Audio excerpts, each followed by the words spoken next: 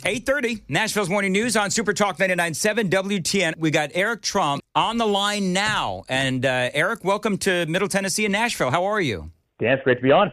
All right, so I've got my friend Chris Hand here as well. What's up, Eric? And Hey, Chris. we're all big fans of Donald Trump and big fans of what your family has sacrificed for the betterment of our country. So your book is called Eric Trump. It's the author, of course, you. Under Siege, The Family's Fight to Save Our Nation.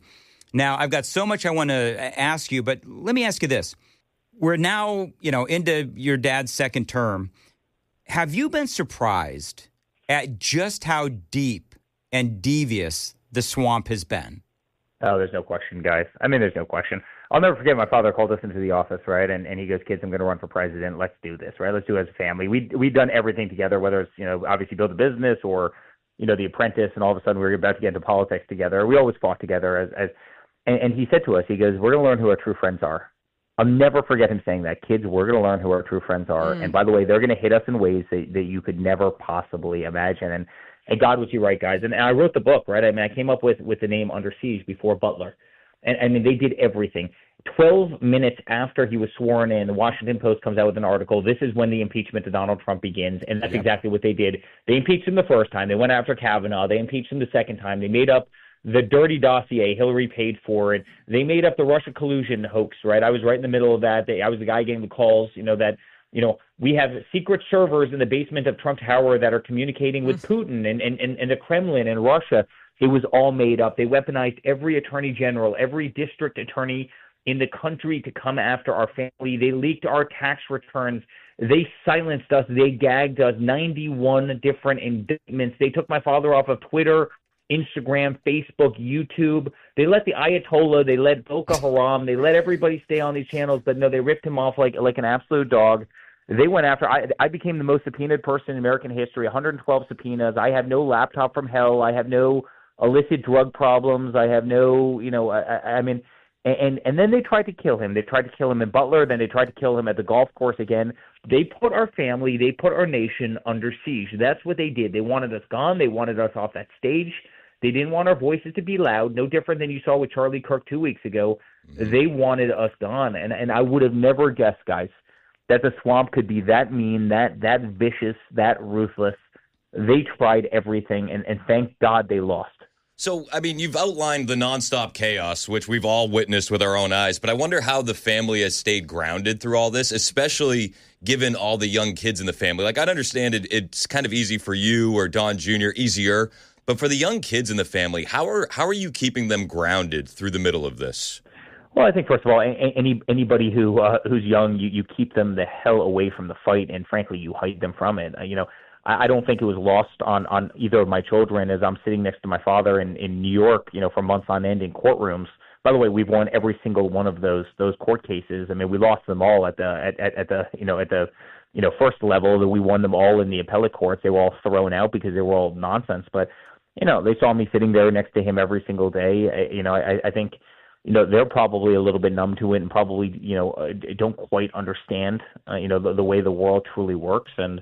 And I thought for us, I think we just have the genetics that, listen, first of all, guys, we didn't have a choice. I mean, Right. They want to throw us in jail. They want to bankrupt us. They want to take our voice. They want to make sure that we were dead, right? So, if you're not willing to fight, you probably are all of those things. You probably are bankrupt and dead and gone and totally irrelevant, and that's exactly what they wanted. So, listen, we did do best. We had a loud voice, and we went out and we fought every single day, and believe me, that's not an easy, prospect. And in the book, I talk about it. I mean, there's a point we came out of the courthouse in New York after, a guilty verdict was read 34 times. And I, my father goes, listen, honey, I don't know how, but we're going to win this whole thing. And he meant the court case. He meant the entire presidency, the election. And I said, Dad, there's one of two options. We're either going to be in the White House or we're going to be in a jail cell, because that's exactly, if we're doing nothing wrong, by the way, but that's exactly what these people will do to us. It's the White House or a jail cell, and thank God it was the former. Amen. Yeah, hey, Eric, this is Joan. I'm wondering, if you all look into the future and think about, at some point it won't be a Republican administration anymore; it'll be a Democrat administration. And do you fear future prosecution of your family, fake prosecution for you or your family? Joan, it's like the only game they know. Yeah. Of course I do.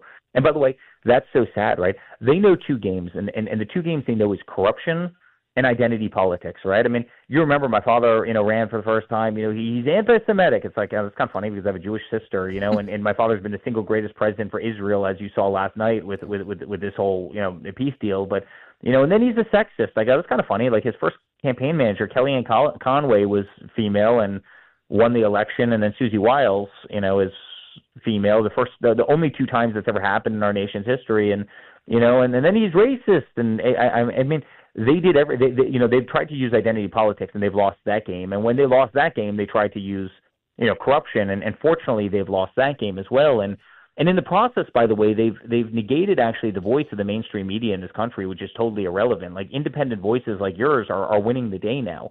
NBC is ABC, CBS. Their ratings have all gone to hell. No one trusts them as you watch 60 Minutes doctor interviews of Kamala Harris to try and give her some kind of advantage because she couldn't get through a coherent sentence. And so people have lost, faith in the media. You have the Joe Rogans that are coming up, and all of a sudden they no longer, I mean, they're wrong on the policies, and they no longer have the voice box that they did before, and they're in chaos, and there's no leader. And now you have, my father throwing so much lead in the air on so many different topics that they literally can't counter-narrative any of it. And it for me, as a guy who was probably the person who took the most arrows in the siege, other than maybe my father, but in a certain way, I certainly from a subpoena standpoint, I probably took more. It is so much fun to see how effective he's being, having kind of won this fight and won this battle for America. There's a lot of Eric Trump, by the way, joining us. The book is called Under Siege, The Family Fight to Save Our Nation. And you had a much publicized interview with one Chris Cuomo the other day. And I played the audio. And I find it fascinating that you have people like Chris Cuomo who they'll say that your dad and the Trump administration is going after his political opponents or political enemies, not even considering the fact that maybe the political enemies have actually done some things that are really bad or really wrong, really unethical, and actually crimes. Well, I mean, in terms of Chris Cuomo, like the great irony, my sister was sitting, in the room, and I just saw her when he asked the question, just put her forehead in her hands and just start shaking, and she knew what I was about to do, right? And I mean, I think the entire world saw that clip. I mean, Elon reposted it about 3 seconds later, but I teed off. I mean, the great irony is Letitia James went after us for $600 million trying to destroy our company. Yep. The great irony is Letitia also went after Andrew Cuomo, Chris Cuomo's brother, and threw him out of the governorship of New York like a dog, and then threw Chris Cuomo off of CNN, ruined his career. And then I get to listen to a guy sit on the other side of the thing, to tell me how the weaponization of government isn't real. I mean, she threw his brother out of the governorship and then announced her candidacy and ran for the governorship. And this is a guy on the other side who's telling me that weaponization of government doesn't happen. I mean, I mean, you can't help but otherwise shake your head. But that clip went viral, to say the least. And this is the kind of craziness we've had to deal with as a family, because. It made you look really good, and it made Chris Cuomo look really bad. I just, says the guy who's a Trump supporter and a big fan of what your family is doing. But one of the things that I thought was interesting is the timing of your book, because your family's fight, I believe, is clearly not over. And I think that there's a lot of potential within the Trump clan. So let's talk about you. Do you have any political aspirations? Oh, God. Hey, don't give me nightmares, guys. It's too early in the morning. Listen, I think we've gotten very good at it. I think we've developed a really confident voice. I think we understand this country. I think we understand the people. I think we understand the issues incredibly well. And I think people realize that as a family, we haven't backed down. But, guys, the siege I talked about in the book, and so I never want to say never to anything, right? My father, 20 years ago, he was asked the same question. He always said, only if it got so bad that I had no other choice. And it got so bad that he had no other choice. And I think that answer would probably be, the same for me. But, guys, the siege wasn't just against us, meaning as a family. It was against this entire country. There's not a single one of your listeners out there, probably all of you, that in some way, shape, or form wasn't debanked, wasn't taken off of social media, wasn't silenced in some way, didn't have, their pastor at their local church have their bank accounts disappear or get targeted by the IRS or have their companies get weaponized for some reason because they were selling a product that some bank didn't agree with, right? We were all targets of the siege. We were all targets of, First Amendment violations. They came after all of us viciously. If we disagreed with the swamp, with the establishment, they came after so many people in this country, probably just about everybody listening to the station right now. And so everybody felt it. Everybody knew what was happening. And I think it's the reason that 2024 was such an unbelievable blowout, and by the way, no one actually believed what happened in 2020.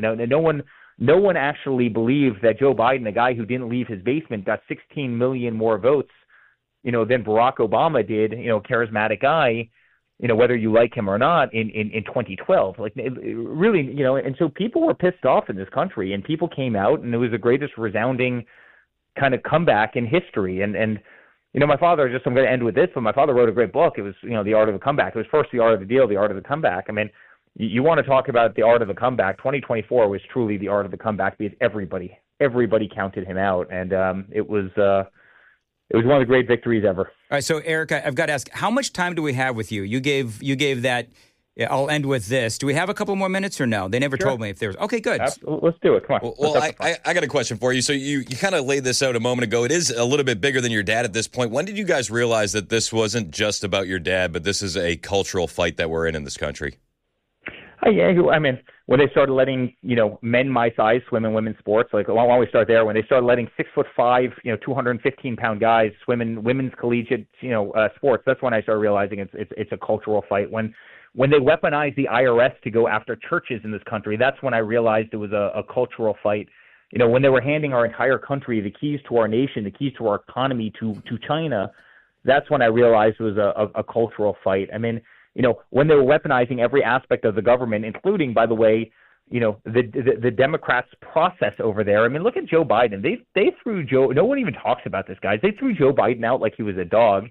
Less than 24 hours later, Kamala had 2,400 delegates. They were perfectly in line with her. Now, this is the first person to have to resign off of the stage in 2020 because she had zero support, and all of a sudden she becomes the heir apparent of the democratic process through a very non-democratic process, right?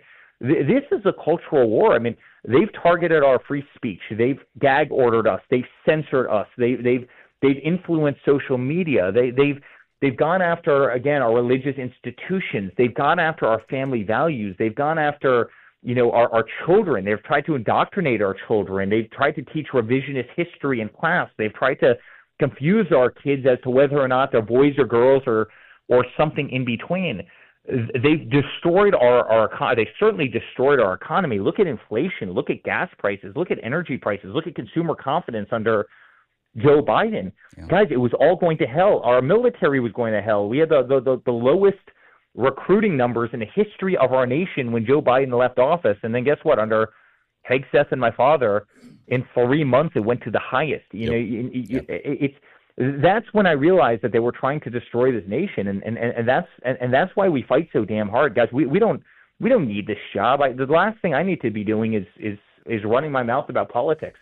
But we love red, white, and blue. We love this nation, and we can't see it slip away, to these imbeciles and these incompetent human beings who frankly are all corrupt. Eric Trump is our guest. The book is Under Siege: My Family's Fight to Save Our Nation.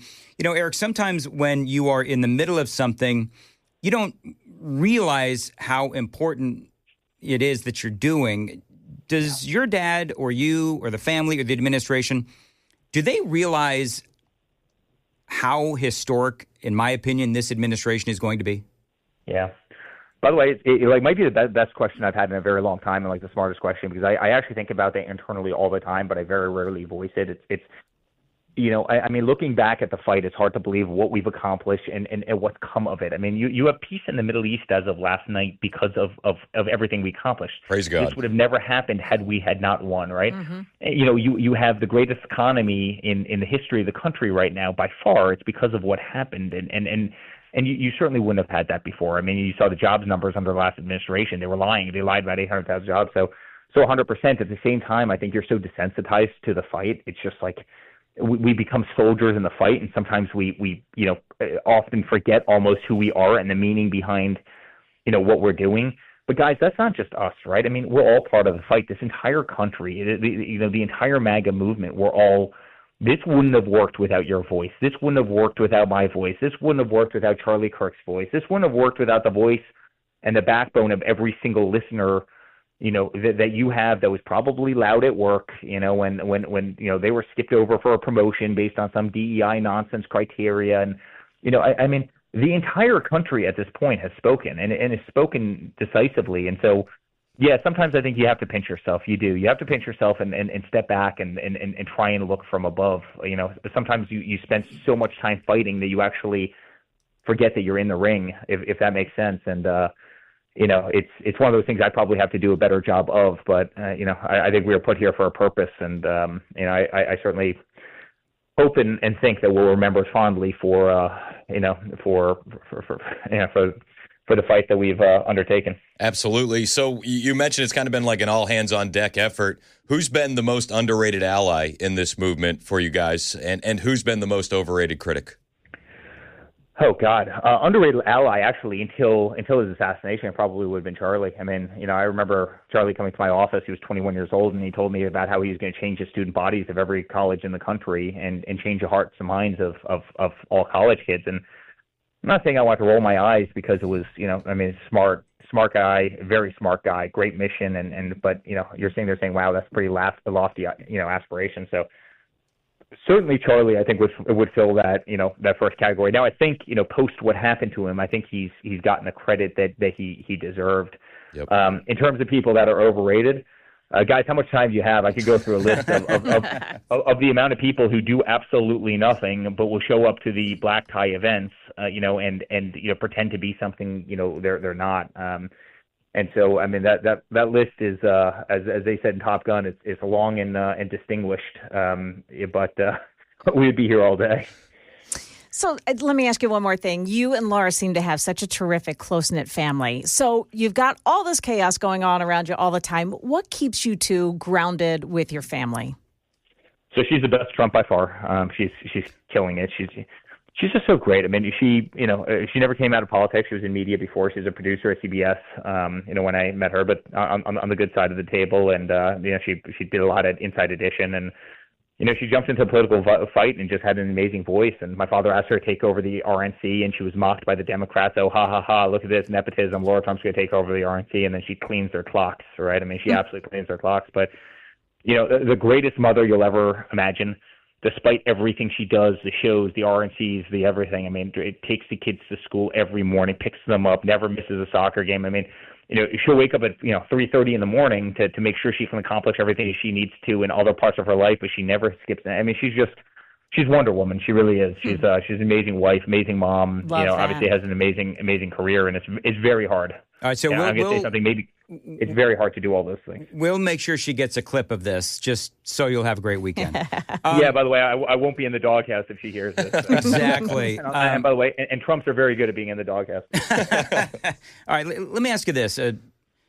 You have a couple of kids and what looks like an amazing family and great family life. Is there one piece of parenting advice, maybe a little nugget that you took away from your dad? Yeah.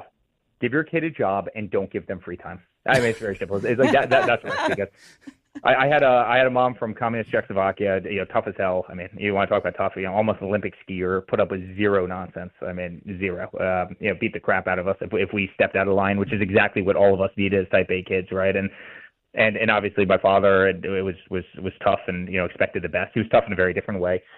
But listen, starting at 11, I was on construction sites. I was cutting rebar with acetylene torches. I was demoing walls. I was running conduit. I was doing electrical, HVAC. Wow. And I was making $3, $4 an hour doing it. And guess what? By the end of the day, you were exhausted.